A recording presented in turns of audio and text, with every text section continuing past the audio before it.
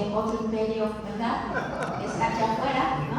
Un imperio bloqueando a otro imperio, pero bueno, qué bueno que superando el imperio que está allá afuera, intergaláctico, ¿no? Podemos estar esta tarde pues disfrutando de una obra interesante que ya nos irán comentando quienes integran la mesa, ¿no? Contar sobre todo con la presencia de su autor. Damos la bienvenida precisamente al profesor Will Fuller. Will, muchísimas gracias por estar acá, por compartir tu investigación de muchos años. Agradecemos, nos pedimos un aplauso y una calurosa bienvenida.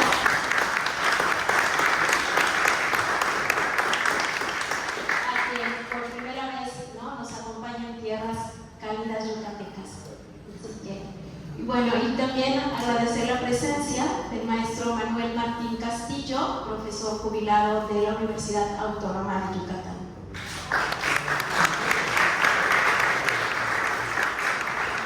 Quien hará, junto con el doctor Iván Franco del Centro INA Yucatán, harán pues una breve presentación de este maravilloso libro.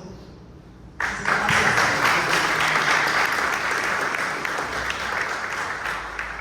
Siempre es importante conocer la historia y sobre todo conocer a quienes fueron parte importante en la historia, quienes la formaron, y conocer a los personajes más allá de lo que nos cuentan los libros de texto en la escuela. El libro que realiza el profesor Will Fuller precisamente nos habla de un Maximiliano mucho más profundo, más interesante, mucho más complejo. Por eso de su saga, ¿no?, haciendo alusión a quienes nos acompañan afuera, pues están los malos de la historia.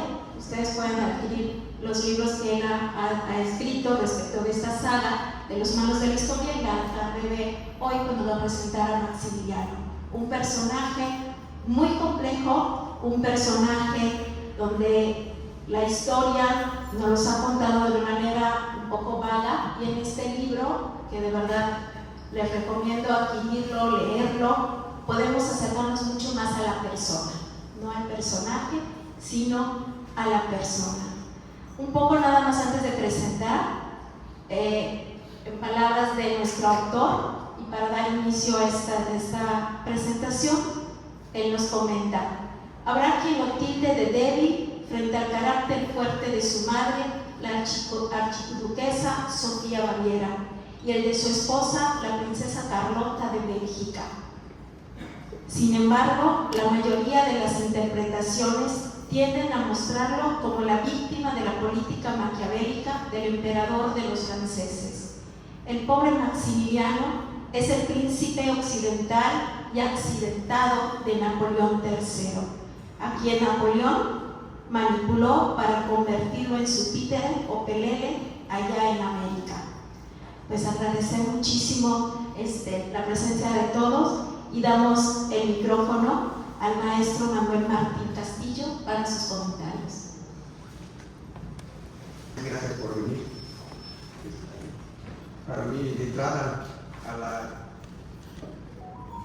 a la experiencia del libro, ahora tuve dos experiencias. Una hacía rato que no venía yo a José Montejo, menos en sábado, y me tocó el desfile de la Guerra de las Galaxias. Y precisamente yo venía pensando cómo se hubiera sentido Maximiliano como emperador de las galaxias, ¿no? Pero le fui dando vueltas de cómo hacer la presentación, ¿no? Pero al final de cuentas, regresé al principio básico. ¿Cuál es el sentido de la presentación del libro? Pues, en mi opinión, invitarles a leer el libro, decir por qué vale la pena leerlo, de qué trata y cómo puede uno aprender algo de ese libro. Así que dije, bueno, ¿qué podría encontrar diferentes lectores en el libro? Si es un lector que le gusta reflexionar sobre cuestiones epistemológicas de la historia, pues el hecho mismo de que Maximiliano sea considerado uno de los malos, ya de entrada es un tema interesante, porque malo implica juicios de valor. ¿Y qué es lo que sucede? Pues que la vieja aspiración científica es encontrar la verdad, donde los juicios personales no influyan. Entonces, El libro pues, nos permite repensar esto, es decir, ¿cómo manejamos los juicios de valor cuando nos metemos a esto? ¿Por qué? Porque aspiramos a saber qué pasó, no qué hubiera pasado, o qué me hubiera gustado que sucediera, o lástima que Maximiliano no ganó. No ese es el punto, sino qué fue lo que pasó. Pero entonces, ¿cómo puedo mover estos juicios éticos de valor? Y pues escribí lo siguiente, dice: vivimos en la época de la posverdad, y la posición más cómoda es afirmar que cada quien tiene su propia versión de los hechos. Sin embargo, aún los más recalcitrantes posmodernistas, si estuvieran en una emergencia de salud, esperarían que el médico que los atienda supiera lo que hacen, que sus conocimientos médicos fueran verdaderos y no una mera versión personal de la enfermedad y los procedimientos. Así que de alguna manera, la idea de verdad y objetividad sigue guiando las investigaciones disciplinarias. Aquí en el libro, obviamente, uno puede aprender sobre la complejidad de los procesos históricos, pues involucra la formación y la experiencia personal de Maximiliano y de su esposa, los intereses nacionales en juego del clero, los conservadores, los liberales, radicales y moderados, los juegos geopolíticos de los gobernantes de Europa, las presiones familiares y las incertidumbres en la toma de decisiones, firmar o no firmar un decreto, aplicar o no aplicar, y así muchos otros asuntos. Todo ello frente al arrogante determinismo de ciertas filosofías de la historia, de supuestas leyes generales de la historia y su corolario, el lado correcto de la historia, que está muy de moda, ¿no? Pero eso es alguien que está interesado en cuestiones epistemológicas y que quiere saber, implica estudiarlo desde el punto de vista de la verdad. Pero si el potencial lector es un especialista arrogante, posiblemente le dé la espalda al libro diciéndose a sí mismo que él sabe todo sobre Maximiliano y no vale la pena perder el tiempo en otro autor, mejor se lee a sí mismo. En el peor de los casos intentaría encontrar algo para descalificar el libro, ¿no? Si es un especialista de espíritu abierto, es posible que encuentre alguna información nueva, ideas novedosas, preguntas no pensadas por él, nuevas perspectivas de investigación. Si el caso fuera de un profesor de historia, también puede beneficiarse por la lectura misma de este libro, que es un proceso didáctico. Nos muestra la manera de pensar históricamente, la necesidad de conocer la formación y las experiencias de los sujetos históricos para entender su modo de pensar y así comprender sus comportamientos, antes de limitarlos a juzgarlos según nuestros criterios de valor, o peor, según los intereses ideológicos de otros grupos de poder. Los conservadores fueron simplemente traidores o tenían sus razones y motivos para actuar como lo hicieron. ¿Por qué los conservadores buscaban un monarca europeo para gobernar México? Ciertamente estaban siendo afectados sus intereses económicos, pero tampoco les parecía apropiado que las pocas décadas de republicanismo se hubieran caracterizado por la violencia, la inestabilidad, los conflictos entre conservadores y liberales, federalistas y centralistas, iglesia y Estado, con la pérdida de más de la mitad del territorio heredado de la colonia. Entonces, tal vez una monarquía católica era lo que necesitaba México para la estabilidad. Es decir, la idea no es decir esto es un traidor, sino ¿por qué hicieron lo que hicieron? ¿Qué era lo que tenían en la cabeza? ¿No? Entonces, ahí, en la lectura del libro pueden ir encontrando bastantes elementos para entender esto. Bueno, pensemos que sea un estudiante con expectativas de profesionalización. Un estudiante esperaría encontrar un referente teórico y metodológico, y puedo asegurarles que el estudiante no quedaría decepcionado por la estructura del libro, que es claramente didáctica. Comienza planteando el problema de investigación. ¿Por qué valdría la pena conocer la vida de Maximiliano? Después se exponen los resultados de la investigación, se describe su formación durante la niñez y la adolescencia, sus experiencias iniciales como adulto en el ocio y en el ejercicio del poder, su decisión de venir a México, su actuación como gobernante y su trágico final. Y termina con un capítulo donde se discuten los resultados y reflexiona sobre sus implicaciones en la valoración de los hechos. Entonces, un estudiante que busque ahí cómo hago investigación, el libro tiene una estructura didáctica muy clara. El lector social, aquel que quiere información para presumir en las reuniones de amigos y familiares, también encontrará cosas interesantes, como el nombre de la esposa de Maximiliano: María Carlota Amelia Augusta Victoria Clementina Leopoldina de Sajonia Coburgo Gotha. Y podría recordar también el nombre de otros malos de la historia: Antonio de Padua, María Severino, López de Santa Ana, Pérez de Lebrón. Entonces, con solo eso ya pueden resumir ante sus familiares. O podría mencionar también la formación profunda y compleja de Carlota, tanto en las ciencias y las artes como en la administración y la política. Hablaba perfectamente el francés, el flamenco, el inglés y el alemán. Se le daban bien los números y las finanzas. Le encantaban las artes, la literatura, tocaba el piano y le gustaba pintar. sumamente católica y tenía una idea clara de la importancia de la realeza. Con 16 años gustaba de hablar extensamente de política y de asuntos de Estado, pues desde los 10 años acompañaba a su padre, el rey Leopoldo I, a todas partes, incluyendo reuniones con ministros y consejeros. Tiene una experiencia enorme. Y bueno, ¿quién es el destinatario, creo yo, más importante del libro? El ciudadano mexicano. Aquel interesado en conocer su pasado para comprender su presente y tomar decisiones personales y políticas que impactarán en su futuro. Y en este libro tendrá un referente importante para pensar críticamente la historia. Y aunque no es común decirlo, es necesario aclarar que para pensar críticamente hay que tener criterio. De otra forma sería pura retórica para descalificar o decir ocurrencias, como suele suceder con esos que siguen críticos, que no tienen criterio. Entonces el libro creo que da bastante información, explicaciones, preguntas, todo que nos lleva a ir formando nuestro propio criterio, no solo sobre Maximiliano, sino cómo estudiar la historia, de cómo entender a los diversos personajes históricos. Y creo que eso es importante porque un ciudadano responsable debería dedicar tiempo y esfuerzo para tratar de tener una versión de la historia que se acerque a lo que realmente sucedió. Eso no elimina los juicios de valor, pero los vuelve conscientes y permite distinguir entre lo que haya sucedido, la valoración personal que uno hace de esos hechos. Si queremos conocer nuestra historia, debemos aprender a pensar históricamente y no limitarnos a memorizar datos o repetir lugares comunes o clichés ideológicos. Esta biografía de Maximiliano nos ofrece elementos para que cada lector construya su propio criterio sobre este personaje, pero también, de manera fundamental, sobre el Segundo Imperio y el periodo de la Reforma e incluso el porfiriato y la Revolución Mexicana, si ya uno sigue dando vueltas de las explicaciones. Y voy a tratar de ir un poco más rápido porque después creo que escribe mucho. La escritora María Luisa Puga, en su novela Cuando el aire es azul, escribió lo siguiente: lo que sucede es que en la historia los cambios se ven lógicos, puntuales, normales. Cuando a uno le tocan, son siempre una violencia. Y me parece interesante porque, aunque creo que un poco limitado, pero interesante para iniciar eso, porque Maximiliano es uno de los grandes malos de la historia y el autor nos describe las razones. ¿Sí? Maximiliano apoyó una intervención extranjera en la República Mexicana, la encabezó, se puso al frente de ella, se dejó entronizar en un país que no era el suyo y que ya tenía un gobierno constitucional y soberano. Fue impuesto a golpe de bayonetazos y cañonazos por el ejército imperialista de Napoleón III. Y además fue apoyado por conservadores y liberales moderados considerados traidores. Se negó a abdicar e irse cuando las fuerzas francesas lo abandonaron y no tenía caso prolongar la guerra. Firmó el nefasto decreto negro del 3 de octubre de 1865 por el que fueron pasados por las armas miles de mexicanos. Y fue un usurpador. Bueno, desde el punto de vista lógico, puntual, normal, queda claro por qué Maximiliano está en la lista de los malos.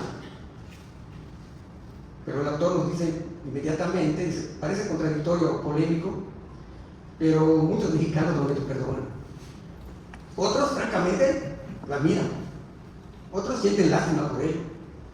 Sí, existe cierta disposición a verlo como un príncipe malhadado, romántico, quizás patética y entrañablemente iluso, que se dejó engatusar por las artimañas de reaccionarios y siniestros traidores, y que murió trágicamente ingenuo, víctima de las ambiciones imperialistas de Napoleón III. Y a eso le puede agregar el carácter fuerte de su madre y de su esposa, es decir, fue una víctima, ¿no? Ya lo pusimos como el mal, pobre, ¿no? Y también lo otro lo presenta como ambicioso, con delirios de grandeza, envidioso de su hermano, porque su hermano fue el emperador de Austria, y lo mandó el hermano a una región como de Italia, Lombardía, Venecia, como virrey, gobernador, pero pues ahí está bien narrado, uno lo pueden leer, ese es el chiste que vea el libro. Pero nos dice el autor, la mayoría de las interpretaciones, tanto mexicanas como extranjeras, lo muestran como una víctima de la política maquiavélica del emperador francés. Se le ve como poeta, un hombre poco práctico, crédulo, obsesionado con cuestiones de etiqueta y cazar mariposas, más que ponerse a hacer cuentas o enfrentarse a la realidad. Un joven con rectas intenciones, pero distraído, dispuesto a hacer el bien, sensible y artístico, pero no hecho del todo para gobernar. Un Habsburgo que difícilmente podía saber cómo vivía la mayoría de la gente, pero estaba decidido a ayudar a mejorar sus condiciones financiando escuelas, hospicios y hospitales. Y eso es lo que le lleva al autor a preguntarse por qué, a pesar de ser un usurpador y un invasor, hay quienes están dispuestos a rescatarlo. Maximiliano era liberal, y aunque lo trajeron los españoles, ratificó inmediatamente todas las leyes liberales. Otros dicen, y la historia de amor, Carlota y Maximiliano, Telepisa Feliz, ¿qué es el? ¿Ya hicieron la telenovela? No sé. Cualquier día de estos la hacen. También está su política indigenista. Maximiliano se esmeró en crear un foro donde las diversas etnias indígenas de México y la población marginada pudieran presentar sus quejas y reclamos. Publicó algunos de sus decretos en castellano y en náhuatl. Y pues parece que la razón más importante es cómo se enfrentó a la muerte. Se eligió morir en México y por México, en vez de abdicar e irse cuando pudo. Murió con serenidad y dignidad. Era un extranjero quijotesco que se enamoró de México, hizo de esta su nación y se mexicanizó gritando ¡Viva México! Antes de morir. Y entonces nos dice el autor, no fue mexicano de nacimiento, pero sí mexicano de muerte. Así que, ante toda esta diversidad de opiniones, interpretaciones, visiones, después de siglo y medio, pues, ¿qué podemos pensar los mexicanos sobre estos hechos históricos? Y sobre todo, ¿qué podemos hacer o debemos hacer los mexicanos con nuestro pasado, con nuestra historia? Y el libro pues, es una contribución muy importante para dar respuesta a estas preguntas, porque en 9 capítulos, digo 9 porque son 11, pero el primero la discusión sobre el problema y el último sobre las conclusiones y la discusión. El autor crea una narrativa clara, directa, seria, no hay lenguaje rebuscado, cualquier ciudadano lo puede entender, pero es directo, es serio, es complejo, con detalles que ayudan a comprender mejor las actitudes de los personajes históricos en las diversas etapas de su vida y de su historia. En lo personal, conforme iba leyendo el libro, me imaginé un objeto de filigrana, porque tiene muchos detalles, pero no son detalles gratuitos, no es un amontonamiento de información, sino lo va incluyendo en la narrativa conforme se va necesitando y nos va creando una imagen bastante compleja del proceso. Entonces, si ven las obras de filigrana, de la joyería y orfebrería en el mercado municipal, esas cosas tan hermosas, así, es impresionante el libro, porque lo vas leyendo y vas entendiendo, vas comprendiendo, vas haciendo una imagen, vas teniendo una imagen bastante compleja de esto. Y bueno, no voy a insistir mucho porque no, el último capítulo ya el autor se pone a discutir sobre qué hacemos con esto. ¿Fue un malvado? ¿No lo fue? ¿Qué argumentos a favor? ¿Qué argumentos en contra? ¿Qué pensaría cada lector de acuerdo a sus experiencias? Y recurre a Ortega y Gasset de yo y mis circunstancias. O sea, lo que somos productos de nuestra época, ¿no? Y en la época de Maximiliano pues era normal que a un príncipe lo mandaran a gobernar un reino que aunque no fuera el suyo, ¿no? Entonces era normal, se veía normal.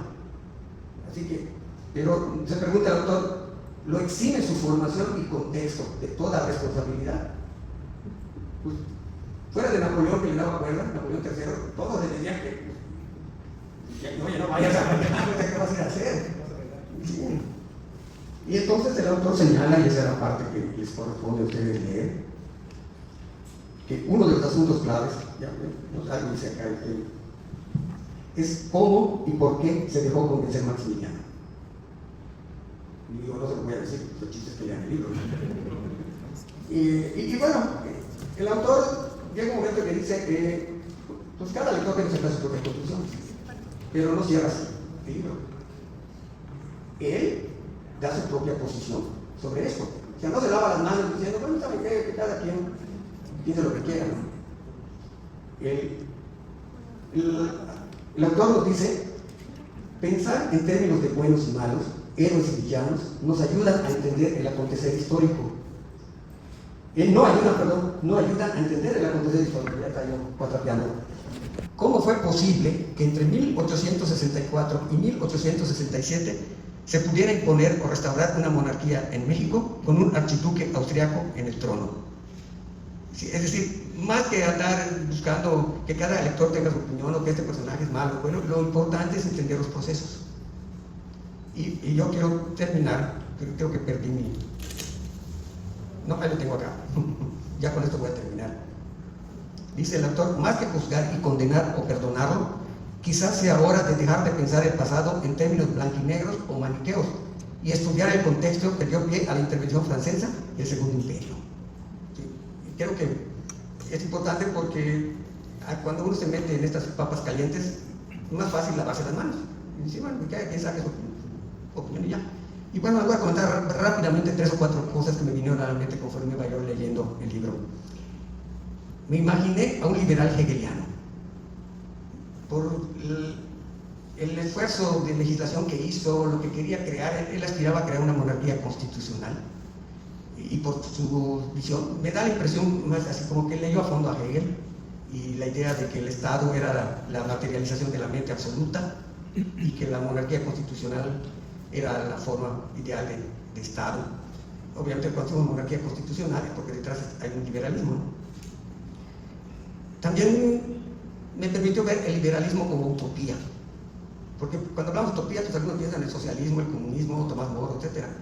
Pero lo que él intentó primero en Lombardía y después acá, me muestra, sí, ya terminé.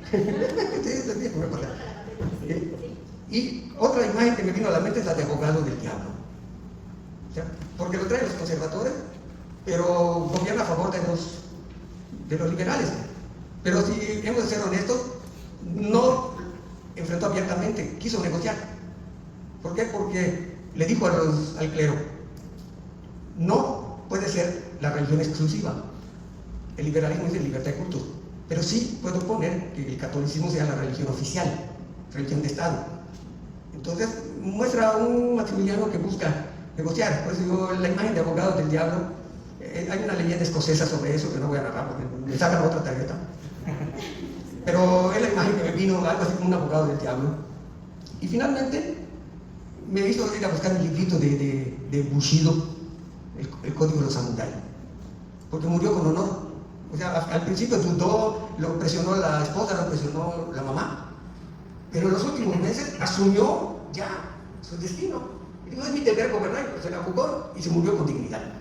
Casi la imagen que tuve la del samurái que por honor se hace harakiri. ¿Sí? Porque le dijeron, oye, fíjate, estuvo en Veracruz, solo falta que se subiera al barco. Pero bueno, ¿por qué no subió? Ahí en el libro explica por qué. Yo creo que ya a mí me pasé mucho.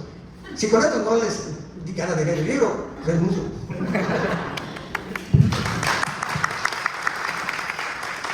Gracias al maestro Manuel Martín Castillo de la Universidad Autónoma de Yucatán por los atinados comentarios y además dejarnos picados para leer y sobre todo analizar la obra.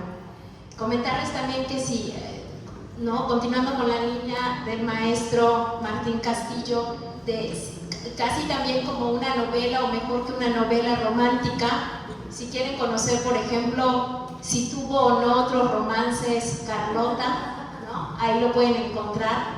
Si la mamá de Maximiliano tuvo amores extramaritales, ¿no? ¿Con quién? También es algo interesante, ¿no? Si Maximiliano realmente era hijo, ¿no? De quien decía hijo legítimo, ¿no? Del rey. Entonces, pues ahí también lo pueden encontrar.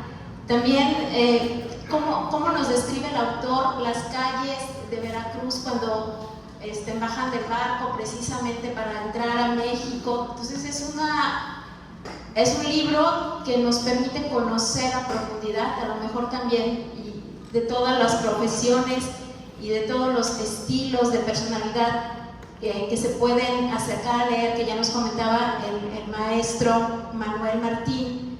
Pues también para los psicólogos o las psicólogas resultaría interesante este libro, porque nos hace mirar a la persona y al ser humano y su contexto. Y también antes de dar la palabra al doctor Iván, pues nada más para dejarlos un poquito más picados. Es un libro que uno además subraya y marca, y para entender también a la persona de Maximiliano o de Maxi, como le decía su mamá, dice, a partir de los 6 años, Maxi tuvo un régimen educativo intenso. Se sabe que con tan solo 7 años se vio precisado a lidiar con una dieta de 32 horas de clase a la semana. Un tutor esloveno, el conde Henry Francis de Bombers, le inculcó un sentido arraigado del deber y de la importancia del derecho divino de los reyes, para que de mayor supiera si algún día llegaba a ocupar el trono, que no le era dado escabullirse de sus obligaciones dinásticas y que su poder era incuestionable y venía otorgado directamente de Dios. Entonces, tener un profesor a los 7 años, que cuando la psicología nos dice que es cuando te formas, ¿no? Y te dice tu profesor, con el que estás 32 horas a la semana, que tu deber como rey es no abandonar los deberes, pues podemos ir entendiendo la psicología de Maximiliano, sin ponernos a favor o en contra, ¿no? Eso ya cada lector, lectora lo va a descubrir. Por eso ahí está el libro a la entrada, adquiera su libro, ¿no? Entonces va a haber firma de autógrafos al final. Y ahora sí vamos a dar entonces paso a los comentarios del doctor Iván Franco del Centro INA Yucatán. Bueno, pues muy agradecidos de que estén aquí en esta presentación de este maravilloso ejemplar. Igual obviamente gracias al museo y a los compañeros de la Academia Liberal que hicieron posible también que Will esté con nosotros.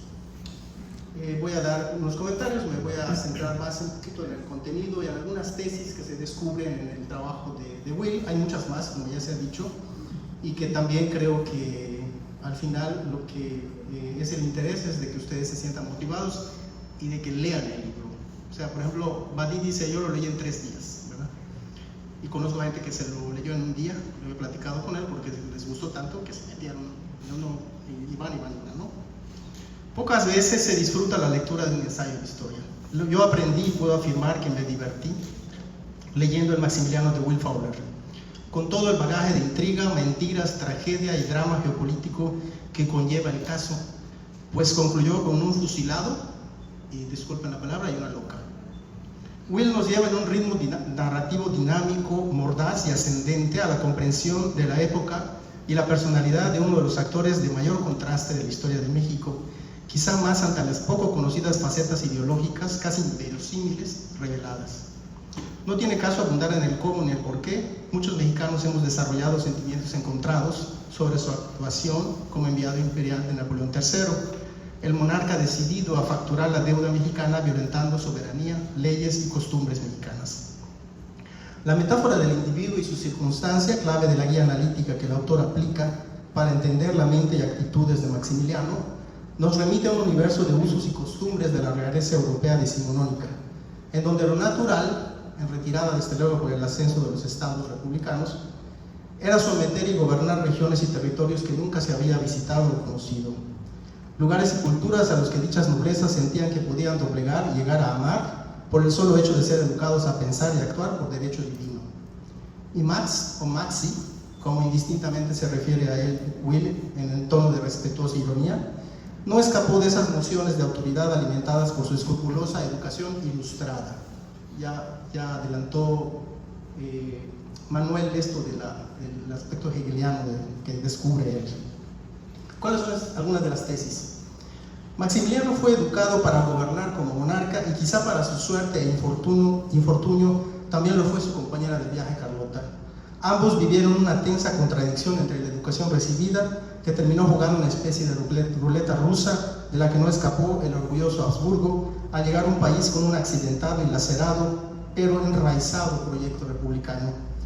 Un proyecto cuyas convicciones y materializaciones formales, es decir, había constituciones, leyes, instituciones, marcaron la mística de la resistencia al mandato impuesto por las bayonetas francesas. Recuerden que Juárez, en una de las carrozas, llevaba el Archivo General de la Nación. Fue esta realidad la que no logró remontar el liberalismo e ideas progresistas del austríaco, más audaces en algunas facetas, a las ideas de los liberales mexicanos en no pocos rubros. 2.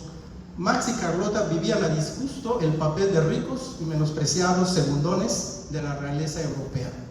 Esa condición política jugó en su contra, pues su formación y capacitación de punta para dirigir un estado, región o territorio, cualesquiera fuese su naturaleza, los llevó a empeñarse a remontar la irritante ubicación de nobles ociosos.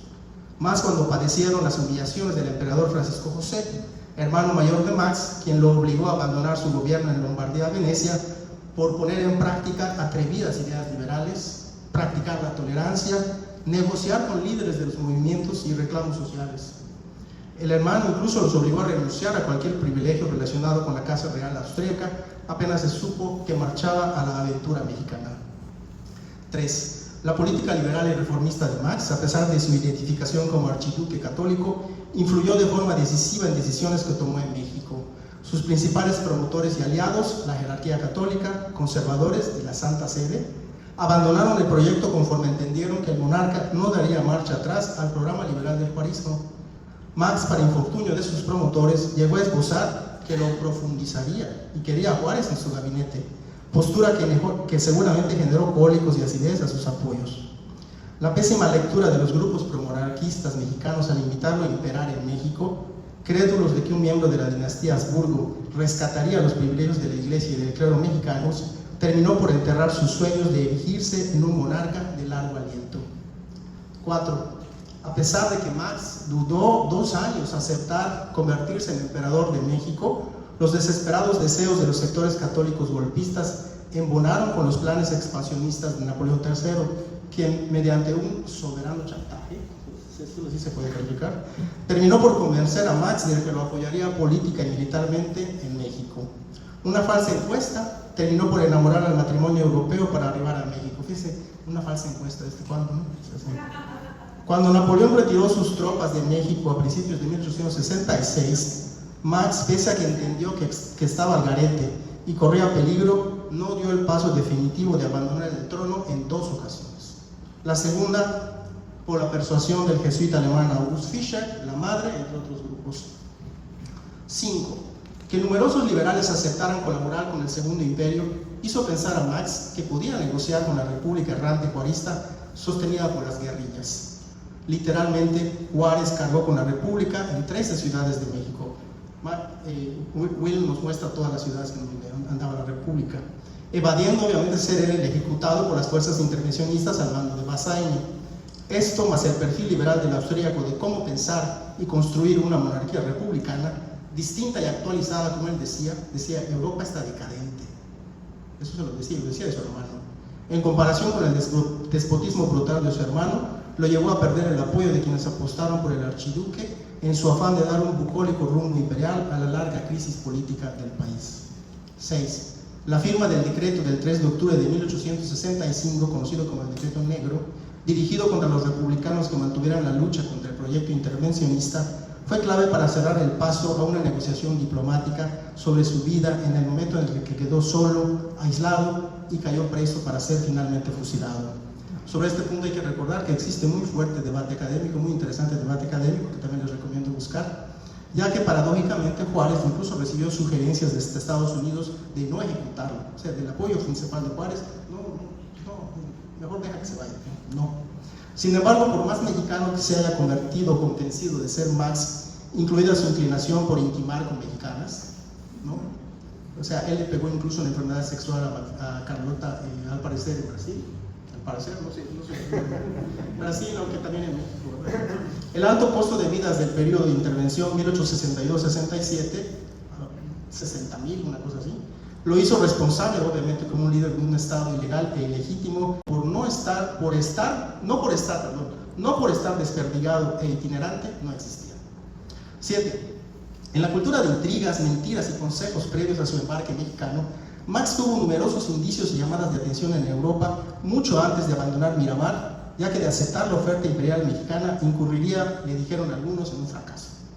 Y al gobernar con ideas y principios liberales, acaso en algunos rubros más avanzados y con una idea de justicia más amplia que la construida por los liberales republicanos, Max distanció al débil sector de conservadores que daban sostén al proyecto monárquico. Ante el rápido movimiento del barco, ni la propia Carlota pudo rescatarlo. A cambio recibió delicados gestos del propio Papa, un crucifijo como para ponerse a rezar por el resto de sus días, y no tardó en perder la razón al entender la acritud del engaño de Napoleón. Con este ensayo se comprende, con este ensayo se comprende la dimensión y el relevante papel de varios personajes involucrados en el fallido episodio del Segundo Imperio. O sea, México ya era parte de una geopolítica brutal, como en la actualidad, desde entonces. Son los agentes del emperador Napoleón III, porque además no solo se trata de Carlota, que ya lo dijo Maritere.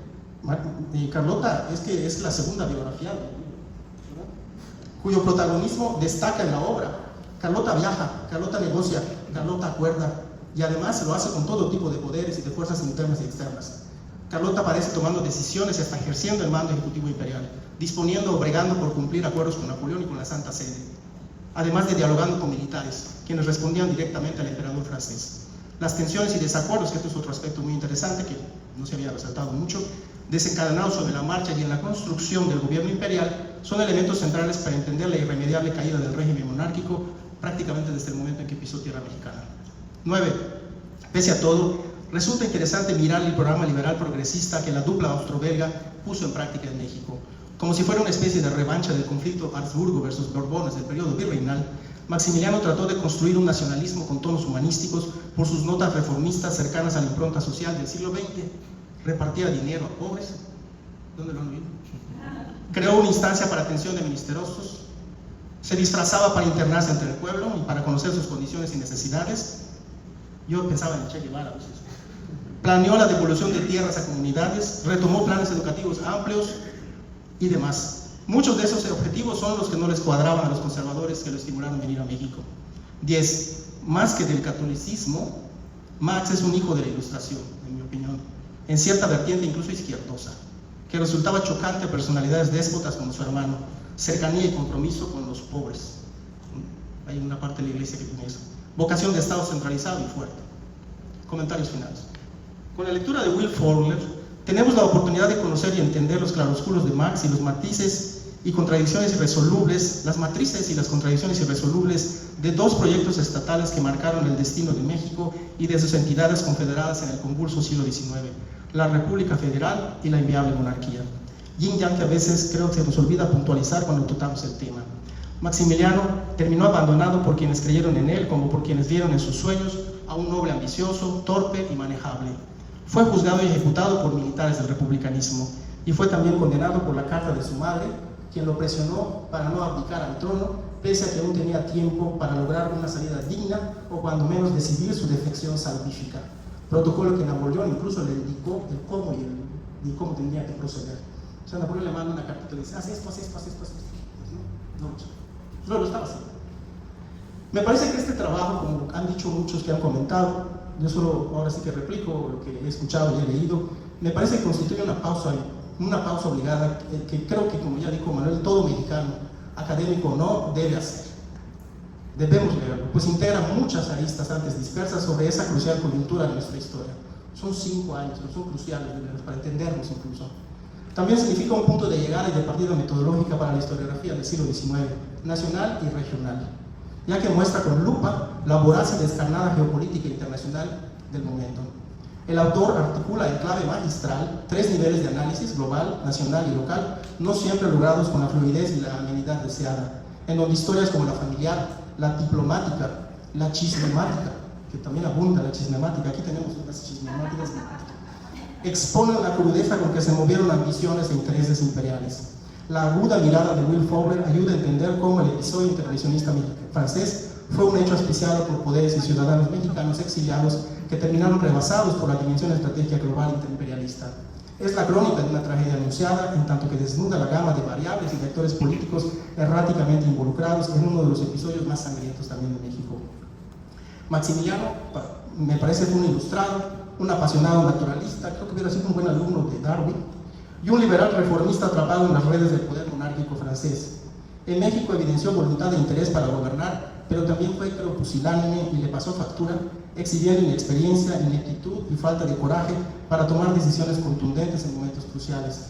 Un ejemplo tangible de esta distorsión administrativa que caracterizó su gobierno se encuentra cuando van al museo de Chapultepec, ¿no? Cuando están las dos carrozas ahí enfrente, una con otra, la republicana y la imperial, ¿no? Maximiliano quiso estar, creo yo, para el mundo, que conoció y entendió como europeo ilustrado, pero el mundo, tanto el europeo como el mexicano, no estaban para Maximiliano. Enhorabuena a Will y le agradecemos por entregarnos este espléndido trabajo. Muchas gracias.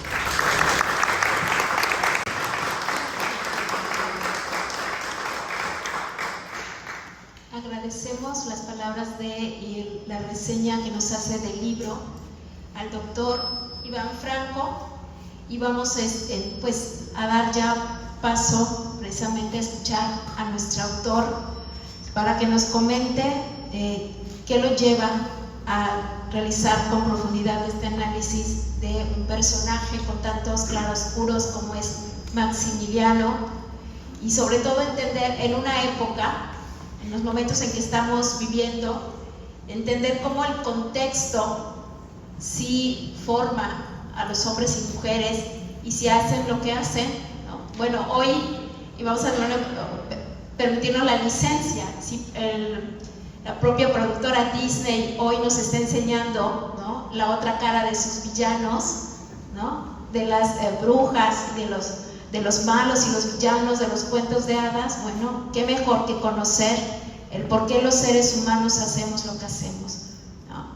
Voy a permitirme leer una brevísima reseña del profesor Will Fowler. Él es académico británico, nacido en Barcelona, España, doctorado por la Universidad de Bristol en 1994, con tesis sobre el político y militar José María Tornel y Mendivil, 1795-1853. Profesor investigador de la Universidad de St. Andrew en Escocia desde 1995 y está adscrito al Departamento de Estudios Hispánicos. Autor de obras como Santana, Héroe o Villano, de 2018, originalmente Santana de México, de 2007, y La Guerra de 3 Años, 1857-1861, publicado en el 2020. Ha escrito otros libros, entre los que se puede señalar Tornel y Santana, del año 2000, como coordinador el libro Gobernantes Mexicanos 1911-2000, publicado en el 2008, América Latina desde 1780, publicado en el 2016, y México Independiente, publicado en 2016, entre otros. Miembro corresponsal extranjero de la Academia Mexicana de la Historia, autor de las novelas Patriotas, publicado en 2024, y Traidores, de próxima aparición en Planeta, y que esperamos también nos traiga aquí a Yucatán, a Mérida, para su presentación. Ahora, motivo de esta convocatoria y con el apoyo del Museo Palacio Cantón y de la Academia Liberal de Yucatán AC, nos presenta su libro más reciente, Maximiliano, dentro de la serie Los Malos de la Historia, de la editorial Crítica, que nos complace presentar como parte de la larga gira por el propio autor, denominada la Maxi Gira, que realiza el doctor Fowler en México, y agradecemos mucho la presencia y la deferencia de estar con nosotros para presentar esta maravillosa obra. Y pues es suyo el auditorio, doctor. Gracias.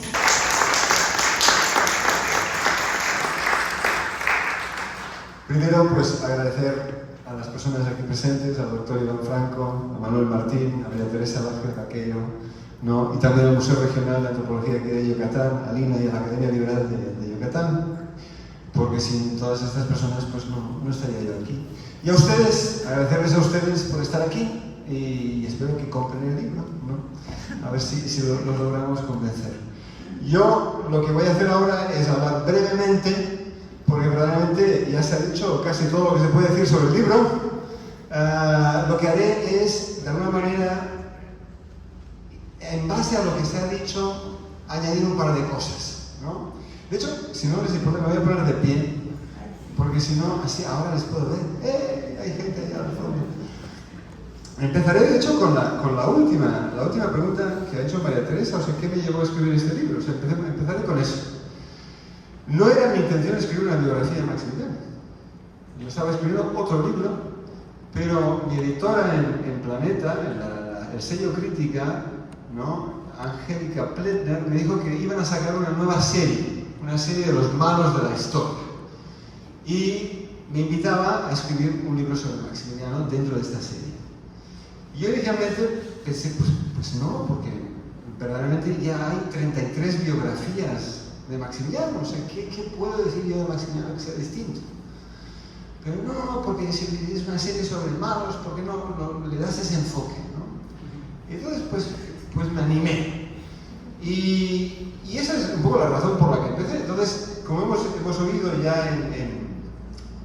ya lo que dijo aquí María Teresa al principio, ¿no? Cuando hablaba de que al leer el libro, más allá de los libros de texto, ¿no? De la historia oficial, en cierta manera lo que yo buscaba hacer en este libro es escribir un libro que, con esa pregunta de si buenos o malos, ¿no?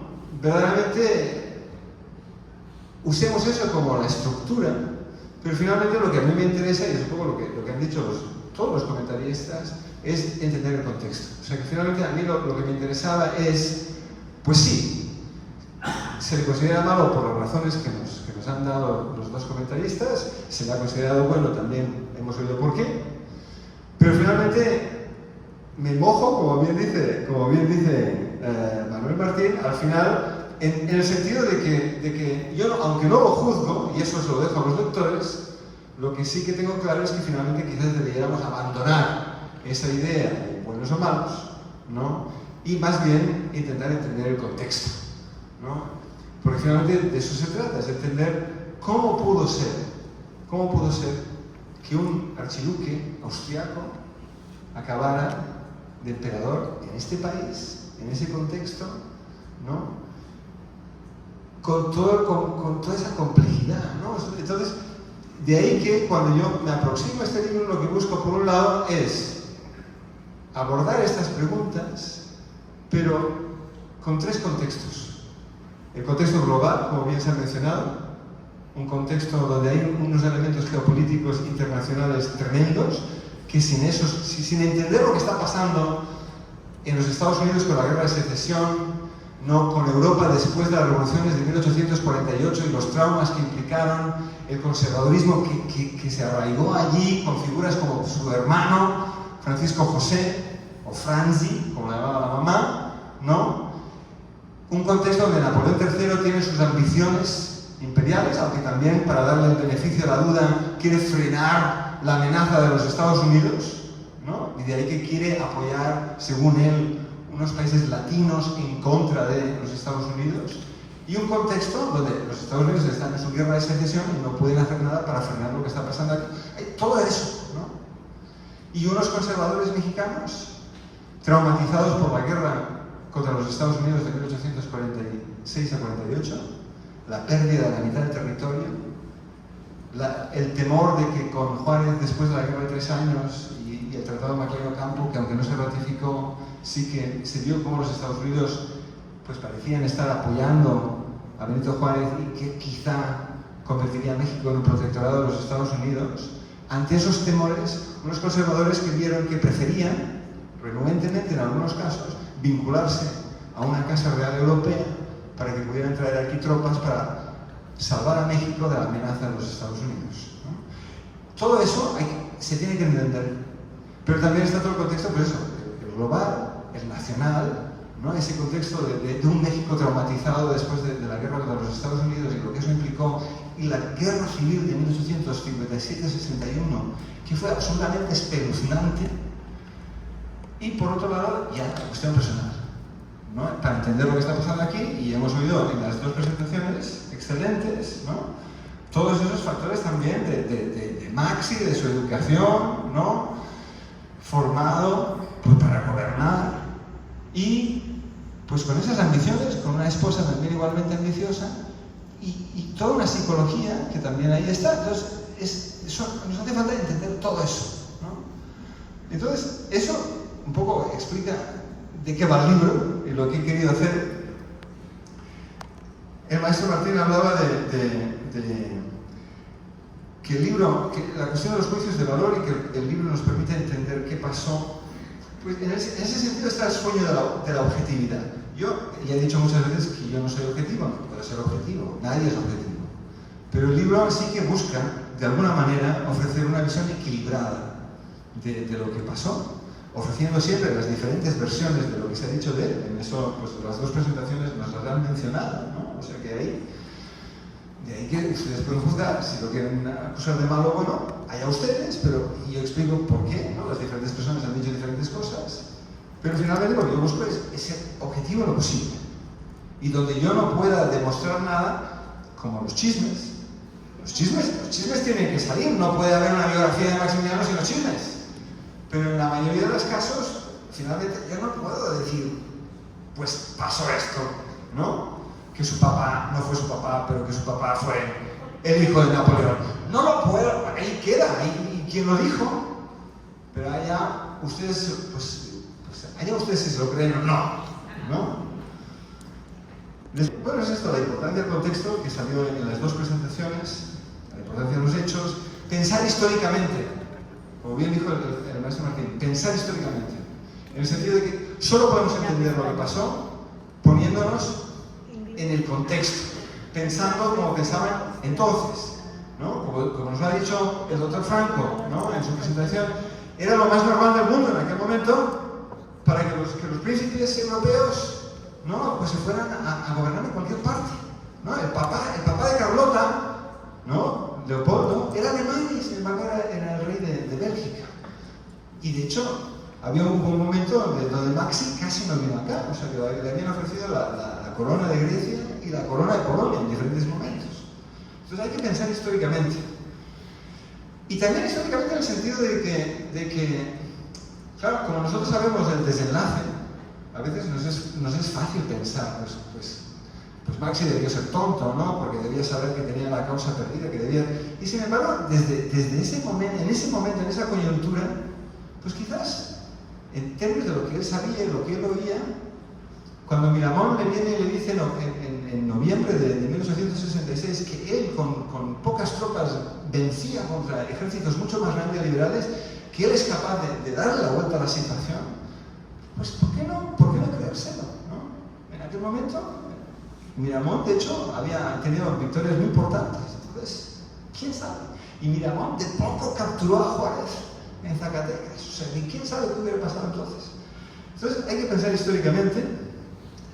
El comentario de que me ha encantado los diferentes lectores que podrían disfrutar de Maximiliano, y al final, pues cualquier ciudadano lo puede entender. Sí, está escrito precisamente para que lo vea todo el mundo y que no me gusta escribir de una manera esotérica, ¿no? Que después no lo entienda nadie excepto yo y mi vecino, ¿no? Mi vecino tampoco me entiende, entonces no viene a cuento. Pero se trata, y esto me viene a mí de profesor docente. Yo soy profesor docente, o sea, soy investigador, pero soy docente. Y llevo ya enseñando en Santa Rosa desde 1995, ya son 30 años. Y di clases 24 años antes en la Universidad de Montfort. A los estudiantes, si los quiero tener interesados, pues tengo que pensar en ellos. Y escribir libros para mí es lo mismo, ¿no? Hay que ayudar al lector, ¿no? Y a la lectora. Entonces, en ese sentido, pues sí. Los chismes, ya hemos hablado de los chismes, y la chismemática, no había oído yo esa palabra antes, pero me encanta. En términos de cosas de las tesis que ha mencionado el doctor Franco, lo de la política liberal de Marx es fascinante, y que buscase el consenso,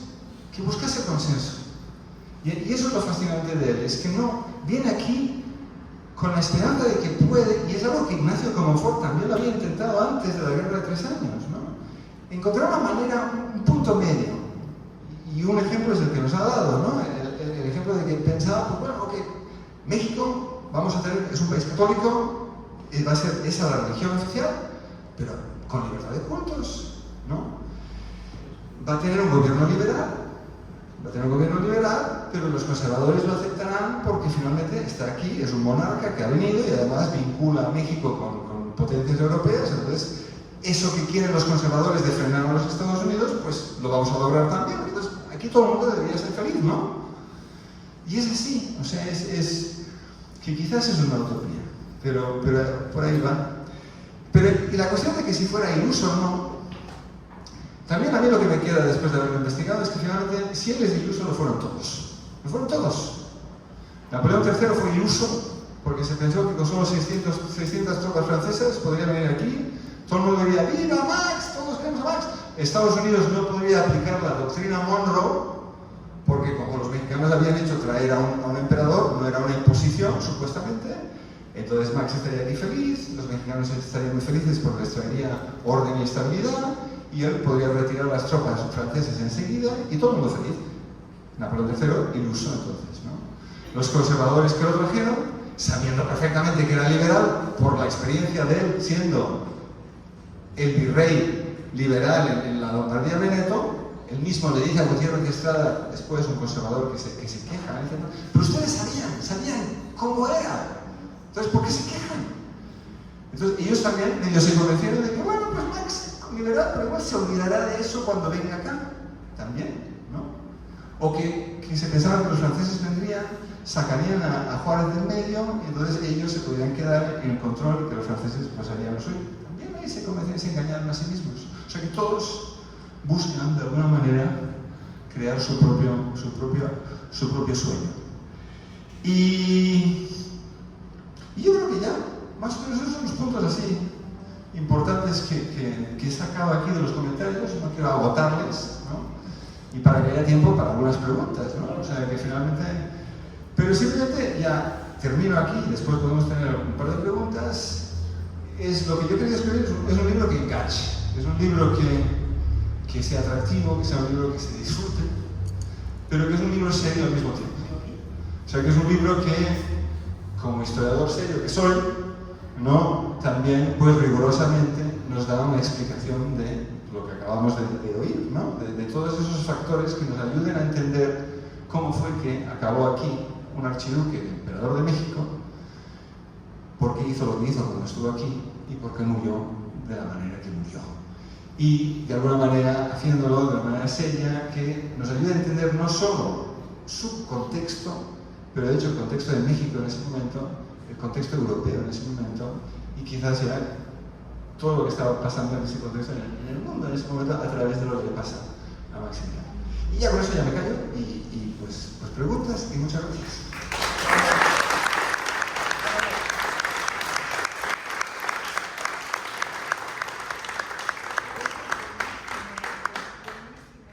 Pues muchas gracias al doctor Will, gracias por el libro, gracias por comentarnos cuáles fueron las motivaciones para escribir este libro. Y pues abrimos el micrófono por si alguno de los asistentes tiene algún comentario, pregunta, ya, levanta. Llevo 20, doctor, felicidades, y esta pregunta es breve, pero llevo 20 años haciéndola, 21 años. En su opinión, ¿por qué Maximiliano no quiso venir a Yucatán y mandó a su esposa, que ha sido, nos ha dado tema a los yucatecos desde entonces, pero ¿cuál es su opinión? Vamos a tener otras dos preguntas que contesta el autor. Okay, bueno, igualmente felicidades. Mi pregunta es como, digamos, experto. Mi nombre es Sol y quisiera saber cuál es su opinión del documental Maximiliano de México, Sueños de Poder, y qué nos podría decir como experto de Maximiliano. Hola, buen día, mi nombre es Jacob.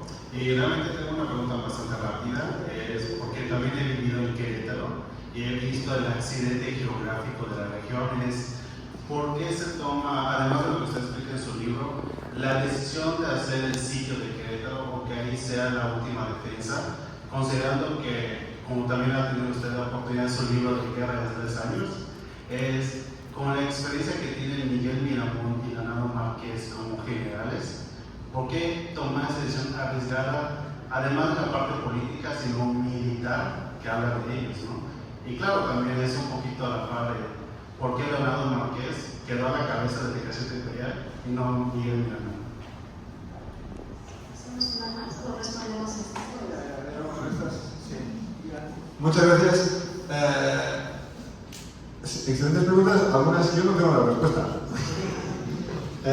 ¿Por qué Maximiliano no vino él mismo y por qué vino ella? Pues no lo sé, no sabía exactamente la razón. Él ya había hecho 2 viajes y había sido ella quien se había quedado. Y lo fascinante es de que según la manera que había organizado él el Segundo Imperio, ella era la responsable. Entonces, verdaderamente, ella era la que gobernaba cuando él se fue de viaje.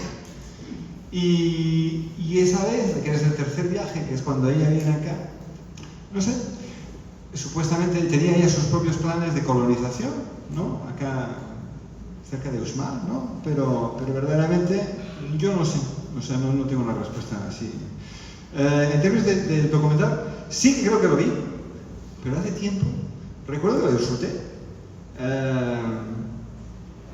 Como tantas obras y tantos documentales, la verdad es un documental que si yo recuerdo bien, estaba muy bien hecho. O sea que verdaderamente no tengo una crítica así, ni demasiado favorable ni demasiado crítica.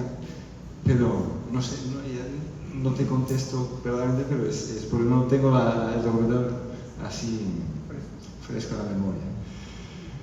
Lo de Querétaro es más complicado, pero ahí sí que tengo respuesta. Por un lado, yo creo que lo convencen, hay diferentes personas le persuaden de ir a Querétaro. Está más cerca de donde están viniendo las fuerzas liberales, entonces se trata de ir a enfrentarlos y no dejar que lleguen a la Ciudad de México.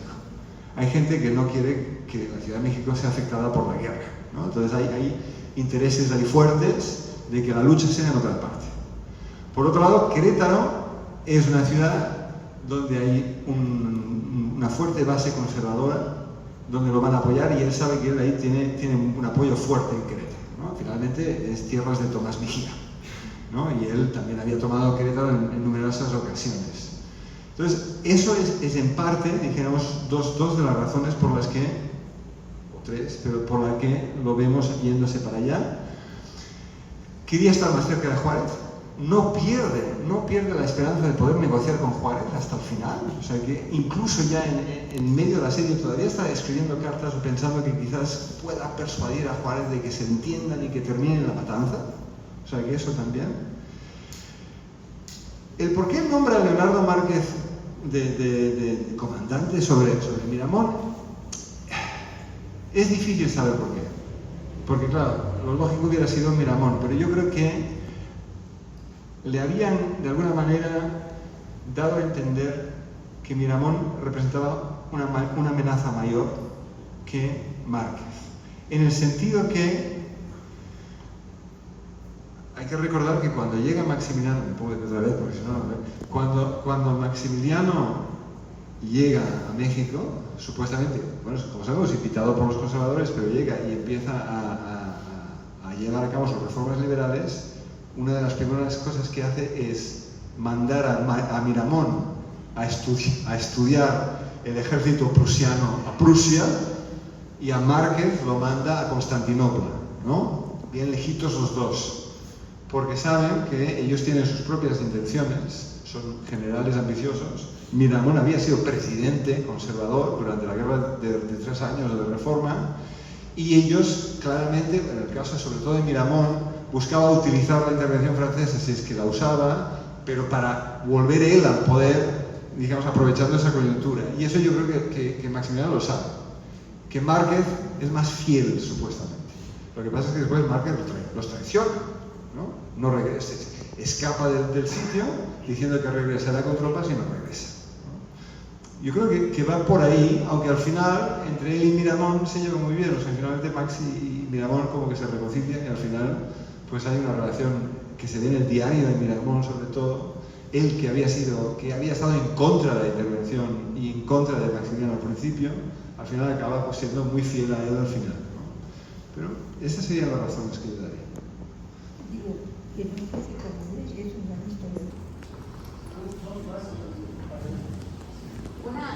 Tenemos tiempo para 2 preguntas más, para que pasemos entonces a la firma de libros. Hola, ¿qué tal? Buenas tardes, soy Juan de Dios Rat. Hubo un proyecto de colonización en Yucatán que fue investigado por la doctora Alma Durán Munec y que había implicado una migración de personas de Prusia que llegaron a poblar un lugar que se llamaba Villa Carlota.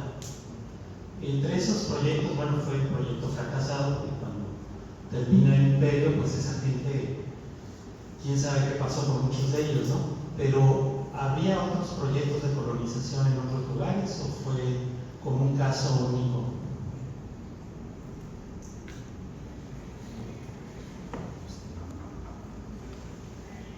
¿Alguna otra pregunta más? ¿Algún comentario? No, ninguno. Yo tengo información al menos sobre otra que sale en el libro, yo creo que he mencionado, que fue cerca de Córdoba.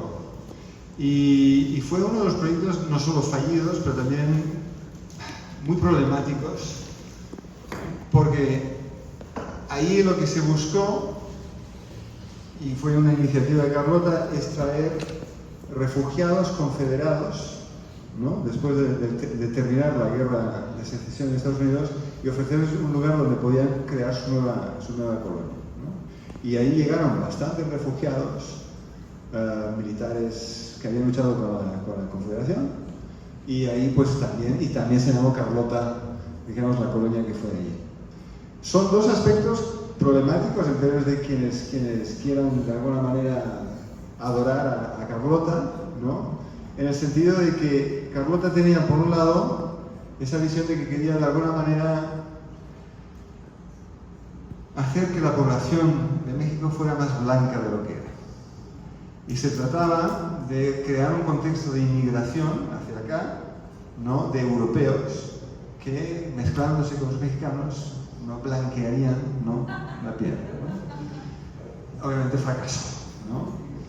Y esto es un aspecto de ella, curiosamente. No es algo que veamos en Maxi, ¿no? Pero son dos casos.